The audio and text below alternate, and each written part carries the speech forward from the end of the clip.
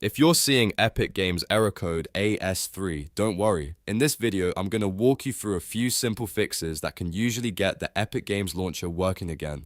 We'll start with the most common cause, your internet connection, and then go step by step through the quickest things you can try.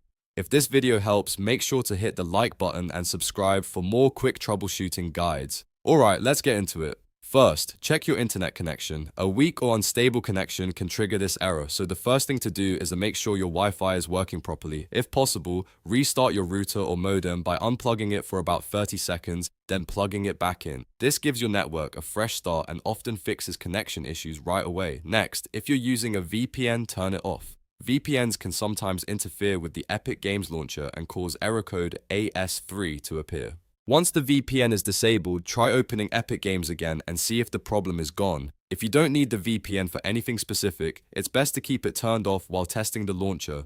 Now restart the Epic Games launcher itself. Close it completely, not just the window. If needed, check your system tray and make sure it isn't still running in the background. Then reopen the launcher and try signing in again. Sometimes the app just needs a fresh restart to reconnect properly. If that still doesn't work, restart your PC. A full restart can clear temporary network issues, reset background services, and give the launcher a clean environment to run in. After your computer boots back up, open Epic Games Launcher again and check whether the AS-3 error is still showing. If the error continues after all of that, go back and double check your internet connection once more. Make sure other websites and services are loading normally. If your connection is unstable, the launcher may keep failing until the network issue is fixed.